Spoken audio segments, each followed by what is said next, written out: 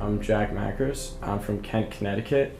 This is my 6th year here at Trinity-Pawling, and I'm now the head prefect.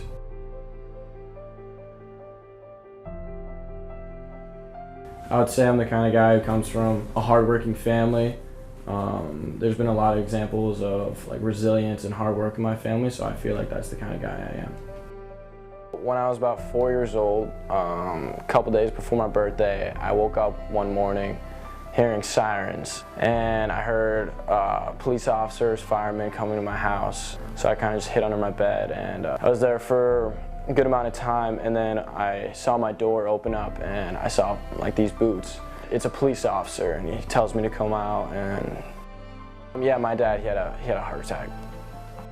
At first, after my dad died, my mom tried to make it work in California, but it's a hard place to live, so she decided to move back to be with family. And we first lived at my grandfather's house on his farm, where I kind of learned a lot about life.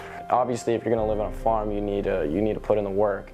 So ever since my brother and I were little kids, we were always working, whatever it was. I was trying to catch hay bales in the back of wagons when they're probably 20 pounds heavier than me. They were just crushing me or whatever.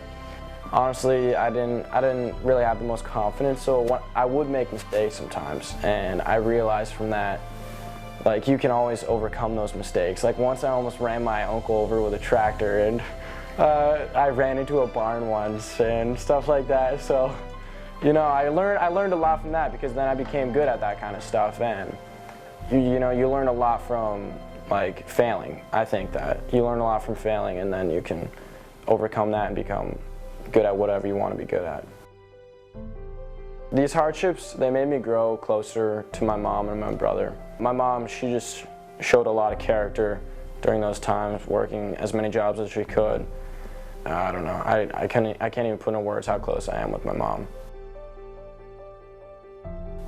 To be honest, I didn't really believe myself. When I looked in the mirror, it wasn't the smiling little kid. I was kind of an unhappy little kid.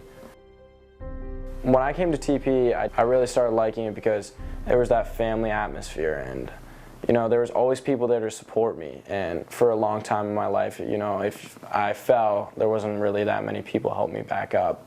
I really fell in love with TP ending my 7th grade year, when I realized I had all these friends, I had all these teachers who didn't really just care about me academically, but they really cared about me as a person.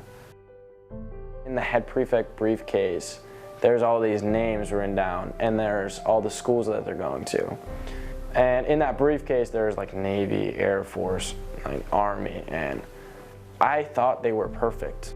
I've grown up a lot this year becoming head prefect, and I realized no one's perfect, and I've never been the guy with academics who has been the best. And my first couple of days, my first month on TP, I didn't know if I could live up to that.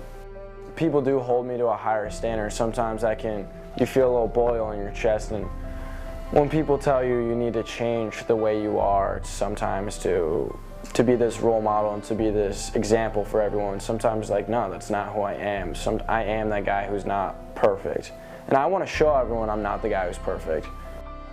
One of my greatest fears is graduating and walking up there and doing my speech and thinking yeah, I could have made this place even better, but I didn't. This was what I was most nervous about, before coming into TP. I got chills, are we actually going to do anything? When we graduate and people think about us 40 years later, are they going to think that we made a difference?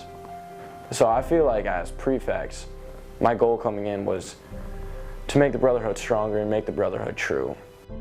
Honestly, when I think of TP, I think it's purely about the brotherhood. I don't think you're going to remember that. I don't think you're going to remember that class that you're in. I don't think you're going to remember that test that you failed or you passed with a high grade. I feel you're going to remember going not even about the sport games, but say you have a problem, and I think you're going to remember say sitting in the chapel, looking to your left and right and knowing oh yeah, that's a guy who will support me. That's one of my brothers, you know what I mean? I truly believe that I haven't overcome that much in my life. There's so many other people out in this big world that have to overcome everything. I went to the Dominican Republic. They didn't even have houses, so how can I complain? I go to a prep school. I have a bed to sleep in. How I'm not overcoming that much. So I definitely feel like I'm a blessed person, and I'm very proud and happy to say where I am today. I always felt like being the nicest guy, not the nicest guy, but being the best guy that you could be is the most important thing in life. It doesn't really matter about your title, it doesn't matter about how much you have, it just matters about who you are.